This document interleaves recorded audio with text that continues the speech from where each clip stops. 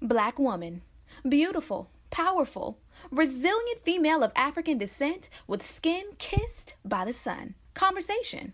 A talk, especially an informal one between two or more people in which news and ideas are exchanged. We love being black women. Black women are ambitious. Black women are confident. Black women are diligent. We are tenacious. We walk out of our houses put together. We are many shades and personalities of fabulous. But we as black women don't talk about our dilemmas, current events, and what's going on every day that affects us. So, we created this podcast as a way to laugh together, cry together, and have an open conversation about life as black women. Oh, that's deep. Black Women Conversations.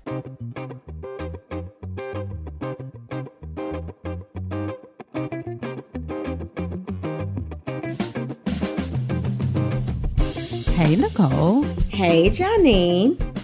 How's your week been? It's been interesting. Not bad, just interesting. It's been busy, so you know that we are doing this whole Atlanta move. Yes, we are going to Atlanta. No, I have not officially signed a contract, so I will not announce where it is I'm negotiating with in Atlanta. But we are going to be in Atlanta, or the greater Atlanta area, if you will. So, Harrison, so I was telling Ken, our producer, your husband, before we started the show, Harrison and James flew by themselves this week, right? They flew by themselves.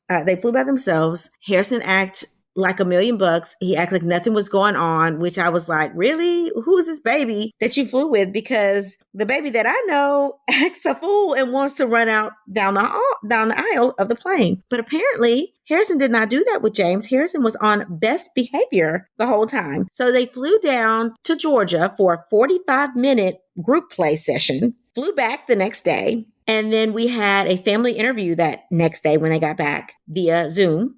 And then James flew back for an interview down there the day after that. So we've been doing this whole back and forth thing all week long. And now we feel a little bit more settled. And then, of course, today is Father's Day. So we had to give James a whole bunch of gifts. We didn't do anything today. We chilled out, but he did get 10 gifts today for Father's Day. So shout out to all the dads. Happy Father's Day. If you listen, I know that you won't hear this till Thursday, but we're recording on Father's Day. So happy Father's Day for everybody, to everybody, all that identify as fathers or who has been a father figure. Shout out to y'all. But other than that, other than the whole back and forth game, that's pretty much all we've been doing all week. Well, I'm excited because it's Atlanta. Woohoo! Now you get to be in the same time zone as me. Congratulations. Oh, that Eastern time zone. But you know what? When you think about Cali and their time zone, PST to EST is just eons different, Yeah. That's a 3-hour difference? Yeah, that's going to be awful. Is it 3 or 4? I think it's 4. 1, 2, 3. No, maybe it's 3. Is it 4? No. Is Pacific time? Mountain time? I don't know. That's too many times. All I go by is Eastern time. I can do the conversion, but it takes me a little bit more time to do it in my head than it should at this age. Well, that's because I feel like I don't know that many people in California, on Pacific time. But now that I am on the board for the American College of OBGYNs, a lot of things happen in PST. And I'm like, golly, they're always like, can we meet at such and such time? I'm like, if it's after 3 p.m. PST, I can meet, which is 5 there. So, I can meet after that. That is sort of good because for me, it means the times are a lot earlier. But then it's bad because if they want to meet at 6, I'm still at work. That's 4 for me. So then I'm juggling, can I move these people around or can I block my schedule at the end of the day? And it's really hard to block your schedule at the end of the day. One late person will set off your whole schedule and then you're going over. Can't ever make a 4 o'clock meeting, ever. Yeah. So on the East Coast, everything just kind of centers around us in California. So I'm glad that since we are not, and by we, I mean both of us are not moving to the West Coast, that you are now moving to the East Coast. So we don't have to worry about that stuff in the middle because, it's a little crazy over there. Yeah, I guess. We'll see how it feels. Because my family will still be on Central Time. So it'll be, a little different, but it's not like I talk to them later night. Time too. I tried to convince Stacey. I'm like, hey, if I move to Atlanta, will you move to Atlanta too? And she was like, no, girl, I'm not moving. She's not moving. Stacey would have so much fun in Atlanta, though. Girl, Stacy would be a hot girl in Atlanta. She'd take over Atlanta. Tell her to come on. Come on to Atlanta. So, Johnny, what did you do this week besides work yourself to the bone? Because I feel like you are literally working. You working, honey. You are making that money. You working. That is very true. But this weekend was for real something in the water. So I have been working, eventing. And I can honestly say I'm tired. And in addition to something in the water being this weekend, DL was here this weekend. So we went to see him. Like, I feel like it's all been a blur since about Thursday. I feel like Thursday, then Friday, I had 2 events. And then Saturday, we went to go see DL after I did get a little teeny bit of rest. And then today I went to church and then had another event. So tomorrow, the day off, which is kind of halfway a day off for me. I don't have to go into the office, but I still have some things I need to do. I will appreciate the rest that I am able to get tomorrow because I realized, well, my bones and the aches that I have realized, as well as my inability to keep my eyes open in places that I feel like I should be alert, it's all told me that I'm not 20 anymore. As much as I'd like to think that I'm still 20 or in my 20s, my body is saying, girl, you old. So I did a lot of moving around this weekend, but I'm tired. I am very tired. Grateful, but tired. Well, I definitely understand what you mean by you're not in your 20s. I was talking to someone that was in her 20s, that's in her 20s now, and some of the things that she's doing and then talking to her about them, I'm like, oh yeah, I'm the old chick. I'm the old chick at the parties and stuff like that. Like, my knee is hurting right now. My knee and my ankle are hurting right now. And I have no idea why. Like, I didn't do anything. I didn't fall on it. It's just hurting. I took some Tylenol earlier today and a little bit of I'm like, let me take a baby aspirin just in case, like I got like some type of increased risk of a blood clot or something. Like, I'm trying to make sure I'm warding off whatever could be there. But I'm realizing that too, Janine. Like, I can't drop it like it's hot anymore. I can't do it. I can't drop down. Let me tell you. So I messaged my chiropractor on, I believe it was Friday. And I didn't even message her. I called the office and I was like, hey, I woke up and I'm pretty sure that my hip joint is somewhere around my belly button. Not supposed to be there. Feels funny. And my hip comes in and out of socket a lot. But when I used to be able to just maneuver and wiggle and push it back to where it belongs, now it feels like it's about to go into my esophagus. Like, it doesn't need to be there. And so I'm like, well, what am I supposed to do? So I think this is the sign of being old. When you call the chiropractor's office, the chiropractor then messages you stretches that you need to do so that you can just function during the day. That's when you're officially old. Like, I need to stretch before I start my day. Like, that's what that's not stretch before I work out, stretch before I start my day. Girl, I felt old. I was like, this is a bit embarrassing. But I will tell you this, with the exception of the few hours that I was in church today, most of which was seated, I have not worn heels the entire week because, we had events Thursday, Friday. I've literally had events every single night. This is intense. So I just thought about that. But I have not been wearing heels and I'm trying to do better with this, but sneakers it's been because, yeah, I can't be walking around with hip and knee replacements. So as much athletic attire as possible, that's what we're doing these days. Well, Janine, you're not supposed to be wearing heels anyway. We had this conversation about the wedges, remember? Like, that's all you're supposed to be in is a wedge. So I'm glad that you are wearing tennis shoes because you're not supposed to be doing that. 3 times a week I was given. 3 times a week I can wear heels, just not 6-inch heels. Okay, so if you've been restricted with how many hours or the frequency in which you can wear heels, then you probably just should avoid them and only wear them if needed. Like, I could see if you were going to a formal event, like a gala, you had to wear like after 7 attire. But if that's not the case, girl, what you doing? You trying to break your back? Dislocated hips. No, I get it. Like, I've done so much better. There was a point that I was wearing heels every single day.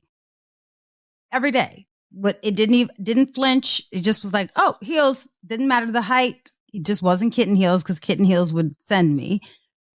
So, it was between about 4 and 6 inch heels every day and didn't have to think about it. Now I'm like, oh, I have a dress. Do I have a pair of sneakers that can go with this dress? Like, I feel like the middle-aged commuter mom, the one that takes the metro or the public transit and like in her suit and then has like sneakers in her bag.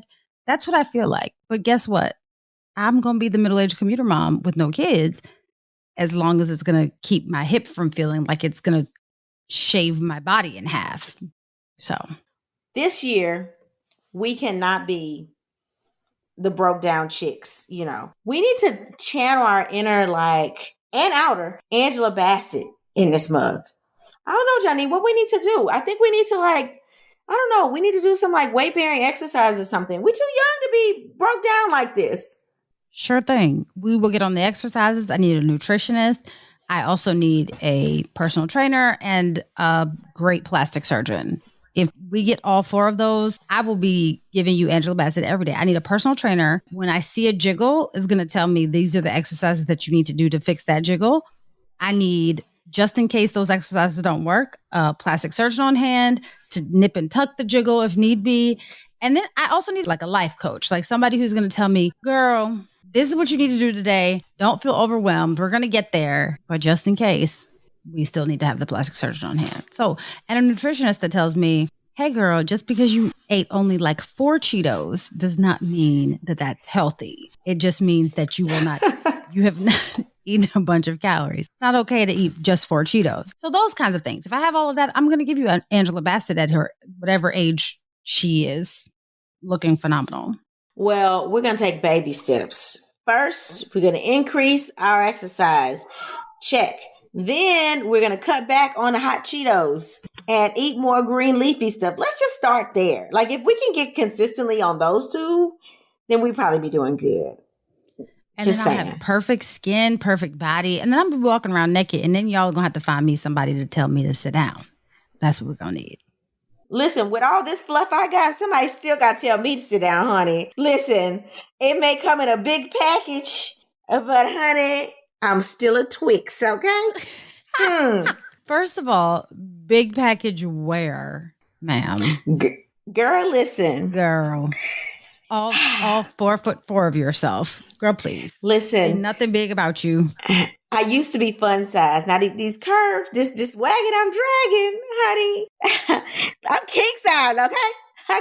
But that's okay. I embrace all of that too. I embrace all of that. And we all need to embrace your body. Let's stop. Embrace your body. It's all right. Just love where you at right now. Okay. I am with you on the embracing your body, but I also want you to be realistic about the fact that you are still fun size, my dear. You are just this big. Just like that. Anyway, Johnny talking from a distance. Listen. Girl, I can see your entire body on the screen and you can only see from my shoulders up. Same size screen. No, but I'm standing up. I'm standing though. Okay. Now, if I stood, my whole upper half of my body would be cut off. Hold on. Let's try it. Now, can you see my face? No. That's because of the proximity to the screen. Anyway. You're still fun size, my dear. It's okay. It's okay. Don't even worry. Anyway, so, I'm really looking forward to this week's conversation because it's a little bit more lighthearted than we usually discuss. So I'll ask you, Johnny, so what's on your timeline this week? So we decided to talk about this. I don't want to say we decided. This was one of our topics of conversation because we saw a video about a young couple actually expressing their love languages to one another. So we decided that it keeps kind of creeping into other conversations that we've had on the podcast. So why not just have a full-on conversation about our love languages? So you and I have made no bones about the fact that marriage is work. It's fun, but it's work. It's not always rainbows and butterflies, but it's actually the conscious decision that you make every single day. And I would venture to say every moment of every day to stay married. And more so to be happily married and to make the most of your marriage, or you just decide the opposite and decide that, you know what, this marriage isn't for you and you move on, right?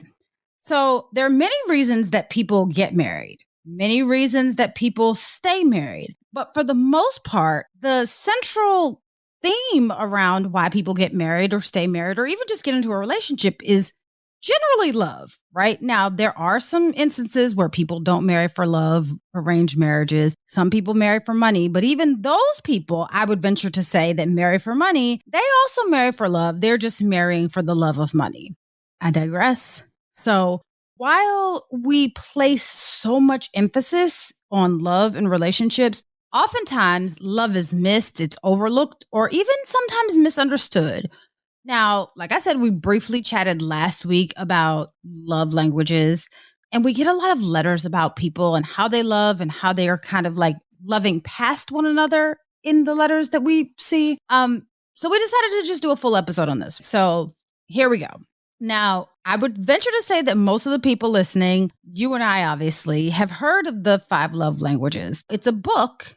And the full title of the book is actually The 5 Love Languages, How to Express Heartfelt Commitment to Your Mate. And it was written by Gary Chapman way back in 1992. I know that sounds like it was forever ago, but it was a while ago, right? And interestingly enough, it did not become a New York Times bestseller until over a decade later after it was written. And I would actually venture to say that it's probably a household book at this point. You know, most people have like, you know, the Bible, the Prayer of Jabez, you know, I forget that life book by Richard somebody. And then they probably have the 5 love languages somewhere in that collection. Now there are some, like they made a revision, like a revised version of this book. And now there are some other like extensions of this book, almost like chicken soup for the soul, right? So now they have love languages for men, for children, for teens, for singles. They even have a love language for military edition. So it's actually a pretty, you know, large franchise at this point. So in the original book, Chapman breaks down the 5 general ways that people express and experience love. So it's not just about how you express love, but it's also about how you experience love. So what are the love languages? So the first love language, words of affirmation. So that's kind of sometimes shortened as compliments. The second one is quality time. The third is receiving gifts. The fourth is acts of service. And the fifth is physical touch. So people, I'll go over them really briefly. So people whose love language are words of affirmation value verbal acknowledgement, verbal affection.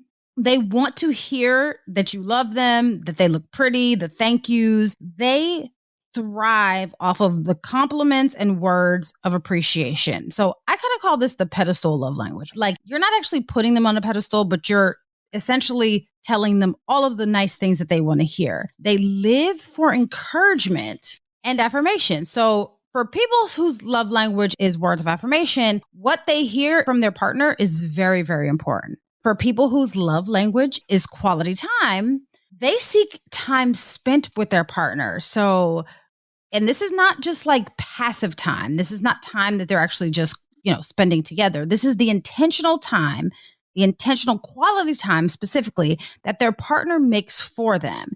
So this is the love language where people are seeking the undivided attention from their partner. For people whose love language is receiving gifts, now I will say this. We often, now this is not my only love language, unfortunately I have a tie, but I will say that for people who one of their love languages is receiving gifts, they often get a bad rap. So this is for people who like to receive tangible tokens of love. Now, this is not saying that you have to go out and buy and be super extravagant. Now, people whose love language is receiving gifts or giving gifts, we do like the big extravagant things, but what we are seeking is not something that's big and extravagant. Like I said, these gifts don't have to be large. It's more about the meaning and the symbolism of the gift and the thought that went into the gift than the gift itself. So for these people, it's about the tangible and the meaningful nature of love. So it's not just tangible, it's tangible and meaningful because one without the other doesn't satisfy this person. So for people whose love language are acts of service, these people, they value their partner going above and beyond to make their life easier. So things that, we might not enjoy doing or might not want to do, or something that we may enjoy doing or may want to do, but it's just going to make things go a little quicker or easier. That's this person's love language. If your love language is acts of service, it's like picking up the dry cleaning, putting gas in your car, things that you have to do that, just a few extra minutes in the morning might be helpful. That's something that you could think of for someone whose love language is acts of service. And the final love language, which I would say probably is also very misunderstood, is physical touch. Now, people whose love language is physical touch, they love to receive love through touch. Now, this does not always have to be intimate touch. It can just be an intentional physical connection. So like some things that I've read, it's like, people who like to lay in the bed and put like a foot on someone, or like just have their hand resting on them. It doesn't have to be anything that's super intimate. It's just the fact that we are physically connecting. So it's something as simple as holding hands and cuddling to like kissing and having sex. Physical signs of affection are paramount for these people. So most people think that it's all about sex. Not necessarily the case. The love languages seem to be super simple and straightforward, but the issue that we often have with them is that we love people in our own love language rather than loving our partners the way that they want to be loved. I suggest if you haven't learned your love language or the love language of your partner, or if you haven't actually checked up on it, because it does change with time, circumstance, proximity, take a moment, go online. You can either go to the love language website. It's 5lovelanguages.com. Get the book, ebook, take it off of Amazon, whatever it is that you do. Go take the test with your partner to gain some insight on how you can love your partner in the way that they would like to be loved. And it will also help them learn how to love you the way that you want to be loved. So honestly, Nicole, I feel like we're out here struggling. We're out here thinking, oh, we have the perfect man. Yes, we could possibly have the perfect man, right? The perfect man for us. But if we're not loving them in the way that they like to be loved and vice versa, the connection is going to be a little difficult. I'm just saying, have you ever seen, Nicole, where a guy is with one woman and it seems like he's the worst man in the world. And then he goes to the next woman and it's like, wait, that's a whole different man. I would venture to say, and I'm no psychiatrist or psychologist, but I would venture to say that it's probably because they love each other in the way that they like to be loved. I don't know. What do you think, Nicole?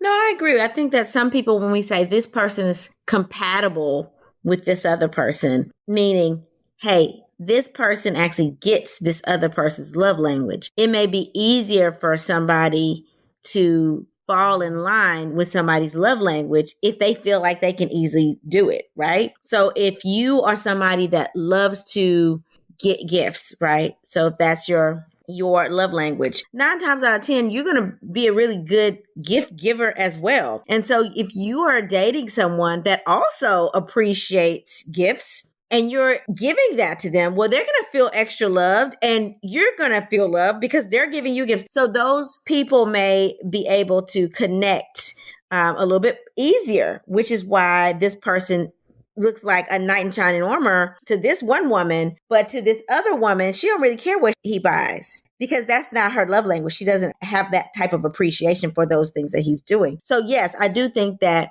different people can be right for different people. Okay. And it doesn't make them a bad person. But if you are communicating what you need and that person is just not able to see the value in your love language or is not willing to invest the time to figure out how to comply with your love language, then y'all not going to fit.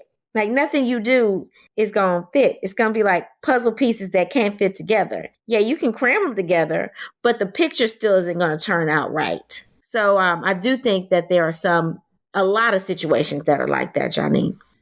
I agree. And I think that also like we are inherently selfish as people, right?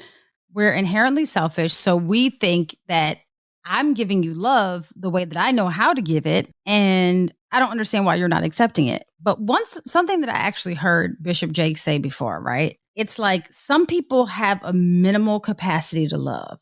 And you have to be okay giving them the minimal capacity that they have, right? Like what we do is, and this is what Bishop Jake said, and I'm paraphrasing, obviously, is we try to fit a 10-gallon tank of love that we have into someone who is only able to accept 2 liters of love. It's never going to fit, never going to work. We're just going to keep overflowing and you're going to get frustrated and everything going to be spilling out everywhere, right? We have to be mindful that when we are giving love, the intention is for us to give it so that the person can receive it, not so that we can somehow feel better about ourselves or feel comfortable with the manner in which we're giving it. It's about how they receive it. If you keep sending a message to a place and it doesn't get received, what's the point? You're wasting your time.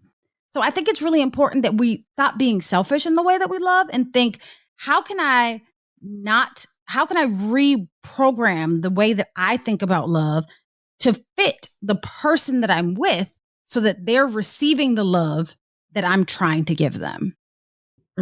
That's real. And I think that there are a lot of people that don't know what they want, right? I talk to friends and family, even patients that are going through rough times when they're pregnant. And they'll say, oh, he gets on my nerves, da da da. I say, okay, well, what would it take for him to not get on your nerves? And they don't know, right? Or what do you want him to do? What do you want from this man or woman? And they don't know. And so, ladies, we got to know what our own love language is and be able to articulate our needs so that we won't be so frustrated. Because a lot of people haven't read the book, haven't taken the quiz. They have no idea what they want. But you want your mate to read your mind and figure out what it is that makes you happy. These people are not mind readers. They're not psychics. So we have to be willing to tell them what exactly we need. And I say all the time, and people listen to this podcast even probably already know both of our love languages, Janine, because I'm pretty sure we've said it. I've said a million times. All my husband has to do is tell me I'm pretty and rub my feet. Because my love language is obviously words of affirmation. And my second is physical touch.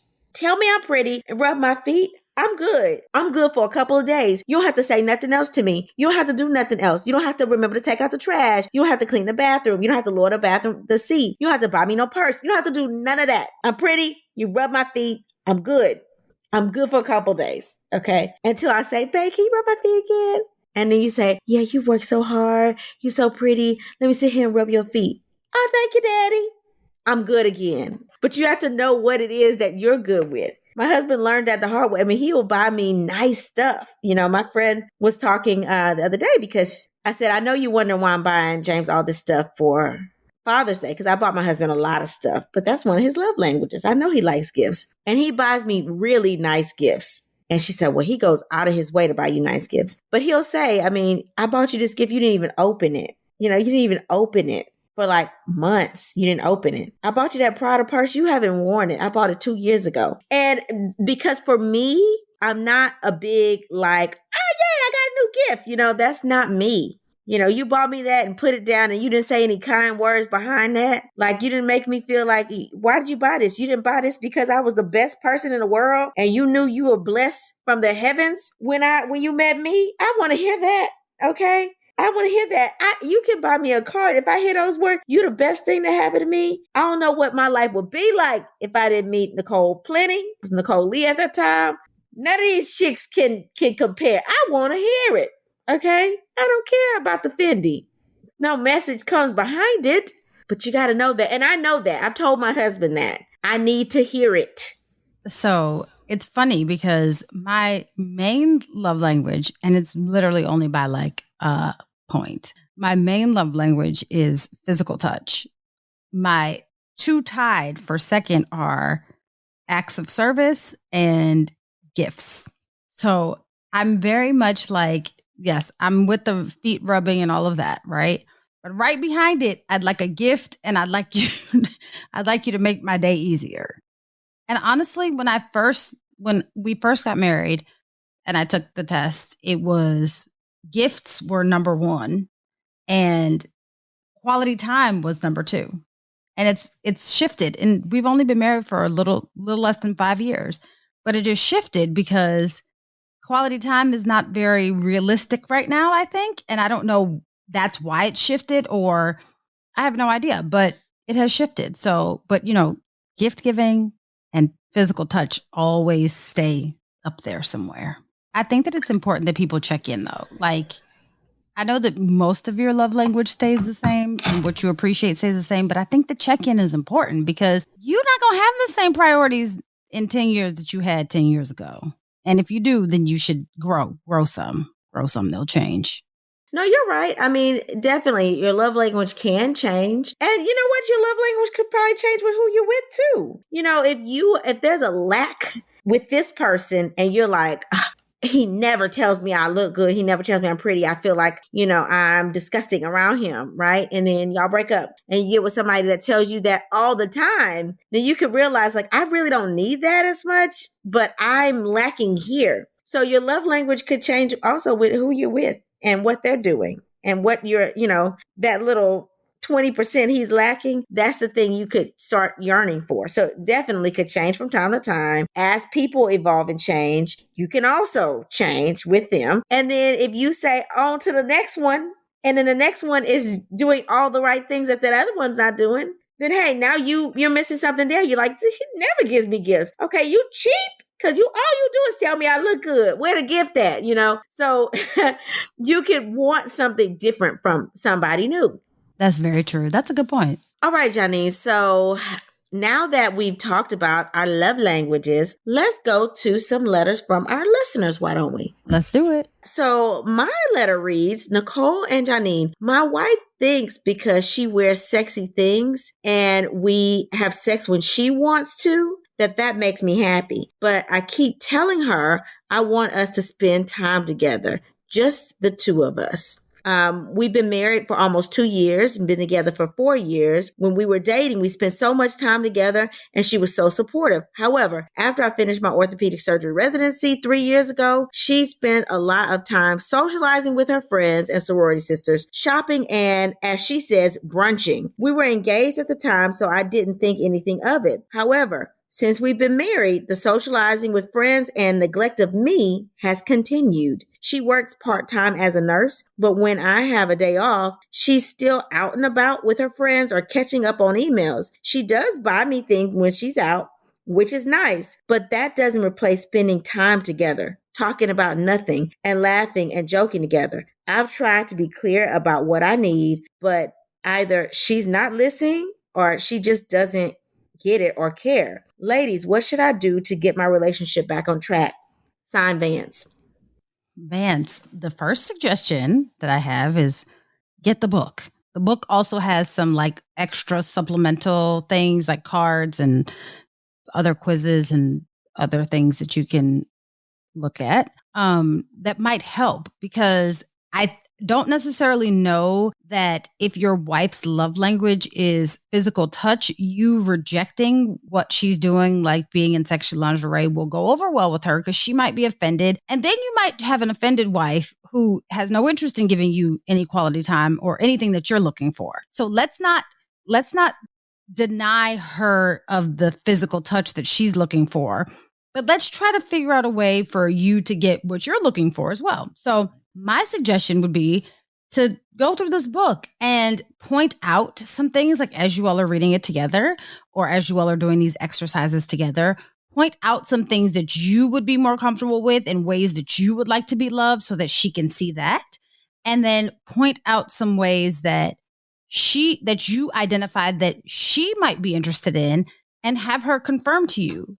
But also, I would be interested to know, at what point did this hanging out with the friends become too much? Because it was okay for a time period and now it's not okay, right? You said you were in your residency. Now I understand that, right? But again, this is why I suggested checking in, because you're in a different space in your life now, right? So what you are looking for could be different and what she's looking for could be different. So check in with each other, like have a reset, like level set your relationship and start over of what are you looking for and how are you looking to be loved? Blank slate and build from there. What do you think, Nicole? So I agree with a lot of what you said. It doesn't sound like to me that he's rejecting the sex, because it says that they have sex when she wants to have sex and she thinks that that makes him happy, which probably means that her love language is physical touch, right? Because obviously she's initiating, right? So, but I would say that if you think that she's happy, but you really aren't happy, then you need to say, hey, listen, I know that I've been talking about us spending more time together, but our lack of time spent together really makes me unhappy. And you need to be direct about that and say, I am not happy because we don't spend time. So time out for suggestions, right? Oh, I tell her I need to spend time. Oh, I'm suggesting we need to spend time.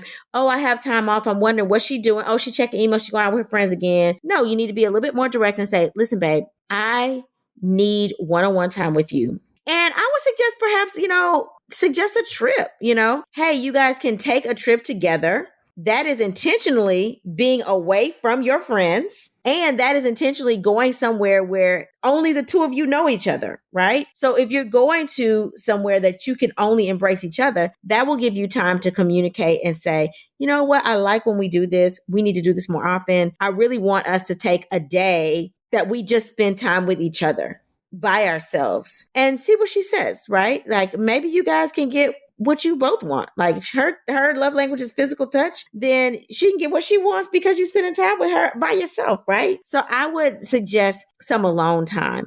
And let's say you go on a trip and that doesn't work, right? Like that did not scratch the itch you have, right? That does not do it for you. Then y'all may need to think about going to counseling, right? Because you're on two different pages. If she thinks it's okay to be socializing when you're off and you are yearning for attention, then y'all are not on the same page. And obviously just taking some time together and doing a trip was not enough. And you need some sort of mediated communication that only a counselor can do. And honestly, I really think that people should just have counseling in their marriages. Like my husband and I went through 13 months of counseling from the time we were engaged. Literally the month after we got engaged, we started counseling, and we had our last counseling session 2 weeks before we got married. So we did counseling the whole time. And then we also did counseling pretty much the first year and a half of our marriage because we were both adults. We were consolidating our housing situation. We both had our own careers. We were moving to a new city that neither one of us had experienced, building something together. And basically that means we're breaking apart our individual lives and building something together. And that can take a lot. Okay. If you're in your mid 30s and you are like now having somebody sharing space, you're like, this is my space, it's all cute and fun and games when you're on your honeymoon. But when like the real stuff sinks in, you realize like, I'm trying to take a shower and this dude is in the bathroom. Like, get out, your boundaries aren't your boundaries anymore. And that can be a lot. So, we went through counseling the first year and a half of our marriage as well. So we had like 2.5 years of straight counseling, whether that was premarital counseling or marital counseling. And it got us in a much better place doing so. So I would suggest, a little rendezvous trip together so you can actually be isolated and talk. Doesn't work, counseling. And even if it does work, you may want to suggest, counseling, even if it's just once a month, just to check in with each other, suggest that. And then I do like Janine's idea about reading the 5 love languages. So my husband and I read it together. And after we get off of this podcast, I'm going to suggest that we read it again together just to see like have our love languages changed any, have our needs and desires changed. And I think that that's really important to check in and be open to that feedback from your spouse of, hey, we're reading this. Does this sound more like you now? Okay, well, maybe this does sound more like you. And then you can say things like, well, I know this is my love language because I liked it when you did this, right? And that allows your spouse, and of course, it's the words of affirmation, me going back, right? I like it when you did this because that gives positive affirmation about something that was done. Okay. So you can use that thing to example, and then it doesn't become a conversation that's just like accusatory. Like, I don't like it when you do this. I don't like that you don't give me compliments. I don't like you don't spend enough time with me. But you can say, I like it when you did take off work to spend time with me. I like that, So then your spouse can hear that positive feedback and know the things that you like and have examples of the things that you like. That's great advice. I think that people need to work harder. I think that people think that when you get married, it's easy, or when you're in a relationship, it's easy. And once you are in the relationship for a long period of time, people get complacent and they don't check in. And I think it's actually, where I got the check-in idea from? It was from Erica and Warren Campbell. And when, I was watching their show and they were like, yeah, we do check-ins, but they do check-ins with every member of their family, because this is not just for people who are in relationships. This is for just any relationship you have. It could be a parent-child relationship. It could be, a relationship with your coworker. If you are not able to communicate what you are trying to give to that person in a manner in which they're able to receive it, you're going to miss each other. And we have to do better at seeing how people receive what we're trying to give them. And it's not specifically just with love either, but we have to be mindful of how people are receiving what we're trying to give them versus how we are intending it to be received. So I think it's important just to be mindful of how we are communicating with one another. Absolutely. Absolutely. And with that, my mama's love language is gifts. Okay. She gonna buy you gifts even when you don't want them. And if you buy her a gift, she's gonna be over the moon. Hands down. She has not read this book, but I know my mama. That is her love language, is giving and receiving gifts. Okay. But yeah, Johnny, I do agree with everything you said. And I love the Campbells. I love Erica Campbell and Tina Campbell and Warren Campbell and all of Campbells. I like them. Let me tell you, they give very, very good advice. Mm-hmm. Okay, so my letter says, Nicole and Janine, first, love the podcast. I just need some hopefully quick advice. So here it is. My husband and I have been together for 30 years. We love each other and have 3 beautiful children who are now grown.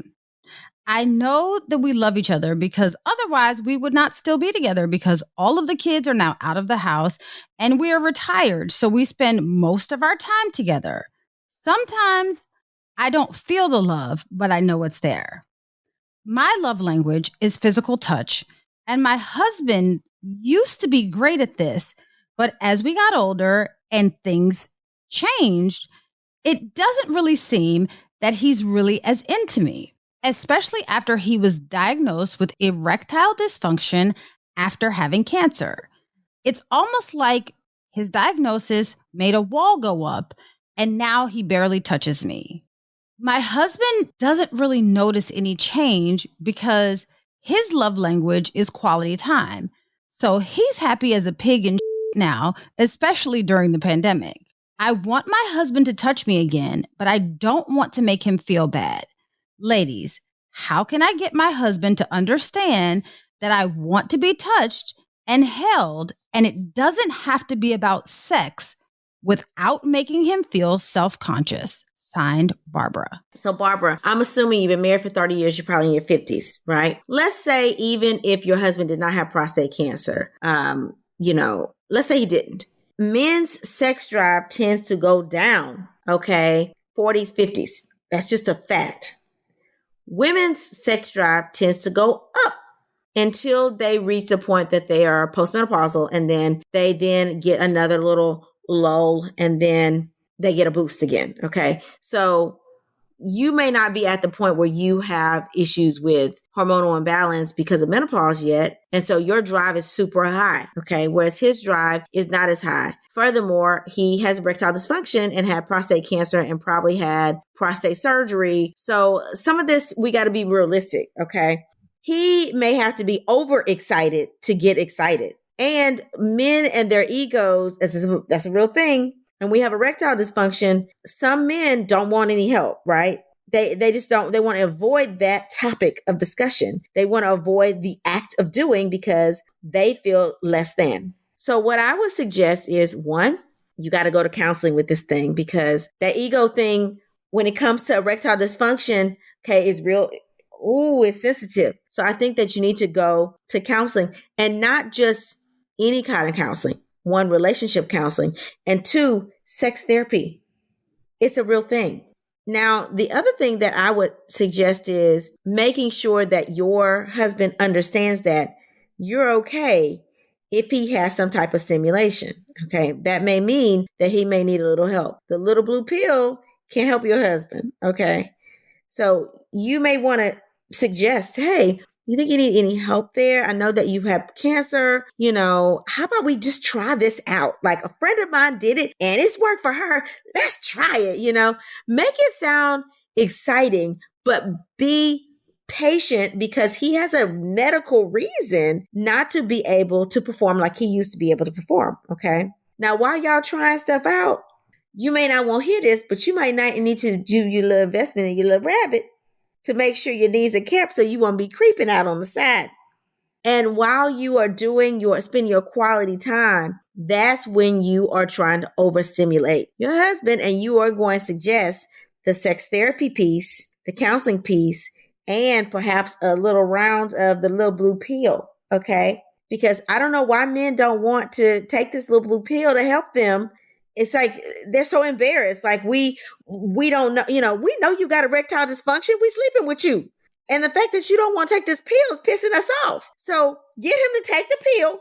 And that is going to be a conversation about, hey, this worked for my girlfriends. Let's try it. Nobody has to know we're trying it. Nobody's in our room. Let's try it. And then go to sex therapy to see if they give you a little bit more pointers. And let's be realistic about these expectations. You may not get it every night. Okay. Which is why you may need to invest in your little rabbit to make sure you okay. All right. But if you say, we haven't had sex in months, perhaps your first goal is just to have sex. Okay. Get him to take the little blue pill and have sex. And then you work your way up and say, okay, now I want to make sure we have sex once a week, and you might need to do something spicy, a little different to turn him on. Okay. Let's also remind ourselves that physical touch, one of the things that you said is that it doesn't have to be sex, because physical touch does not have to necessarily be sex, right? Now, if you haven't had sex in a while, I would suggest that you work up to the point of sex, because that's ultimately what we're looking for. Of course we are. But let's go back. He had cancer. I'm assuming it's prostate cancer, because that's where the correlation comes between the erectile dysfunction and cancer, right? But let me ask you this. Are his hands broken? His hands work? If his hands work, girl, we can be creative. We can use our digits for sex, right? His mouth broken. Y'all are talking to each other, right? So his tongue works. Girl, get creative. Everything does not have to be about this part of his body that does not work. Do not make it centered around his penis, because that is the point of contention right now, because he might be offended because he knows that that's not his best performance. So let's hype up some other things that he can do. And then you all are both happy. And then you can spend some quality time with them talking about it the next day when y'all are sitting having your coffee. And then now both of you all are happy. You are satisfied, and he has his quality time as you reminisce about how great the night before was, or the afternoon before, 5 minutes before, whatever it is. But don't just dismiss him as we can't have sex, because remember back when we were teenagers and we found all kinds of creative ways to be freaky? Go back to that mindset.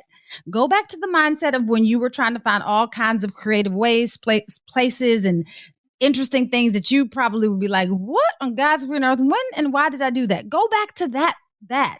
It'll be fun. Trust me. And you can thank us later. Just thank us later, because I'm telling you now, if you go back to like, hey, I have to sneak around and pretend and do all of this, it gets fun and creative. And then you're not so focused on what he can't do. It'll be fun. Trust and believe. It'll be fun. All right, Janine. So what did you learn new this week?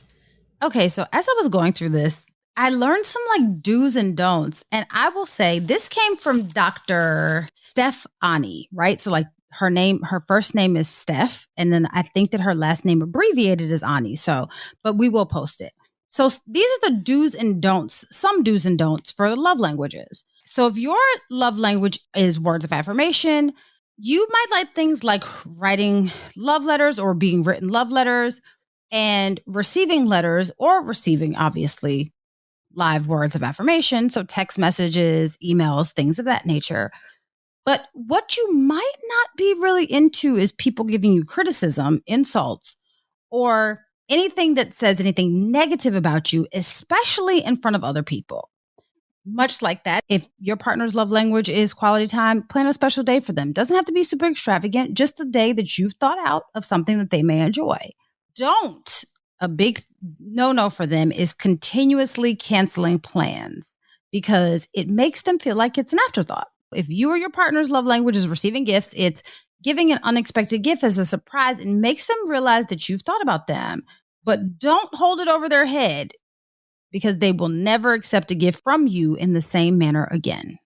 If your partner's love language is acts of service, you can do something that will help relieve them from some sort of responsibility that they have every day. So, like I said, dry cleaners, putting gas in the car, anything that they have to do on a daily basis, picking up the kids, just help relieve that, right? But don't focus on the things that they haven't done.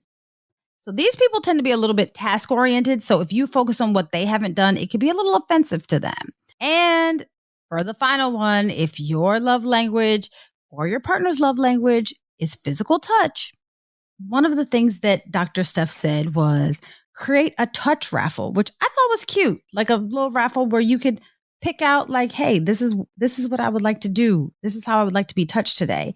And don't for people whose love language is physical touch is don't withhold physical reassurance from them because it can make them feel rejected. What did you learn new this week, Nicole? All of those are fantastic suggestions. I'm sitting here like mental note here, mental note there. So these were really, really good, Janine. So I'm glad that you shared these. So what I learned was that according to a YouGov survey of 1,000 Americans, quality time is the love language preferred by most. And that makes up 41% of women under 45 and 44% of women over 45 quoted this as their number one love language. Now, physical touch was the second most common love language, which was ranked first by 24% of survey respondents. So, very interesting. So nobody likes it. Words of affirmation. I'm over here by myself, but it is interesting to know what the majority of people like. All right. So are we ready for the motivational moment? Let's do it. And the motivational moment comes from Gary Chapman because he is the author of The 5 Love Languages. So I thought that this quote was appropriate. And he said, "A soft answer turns away anger." Ladies, let that one sink in. For the rest of this year, I want us to listen, speak softly when explaining yourself, and most importantly, acknowledge your honey's love language. And he will also embrace yours. Until we meet again. Pray, work, slay. And show off your melanated excellence. Bye! Oh, That's Deep, Black Women Conversations is produced by Nicole Lee Plenty and Janine Brunson Johnson. Executive producer, Ken Johnson. Get the Oh, That's Deep, Black Women Conversation podcast on Apple Podcasts, Spotify, Stitcher, Google Podcasts, or where you get your podcasts. Please subscribe and rate us. You can follow Oh, That's Deep, Black Women Conversations on IG at Oh, That's Deep, BWC. Oh, That's Deep, Black Women Conversations is a Mean Old Lion Media production.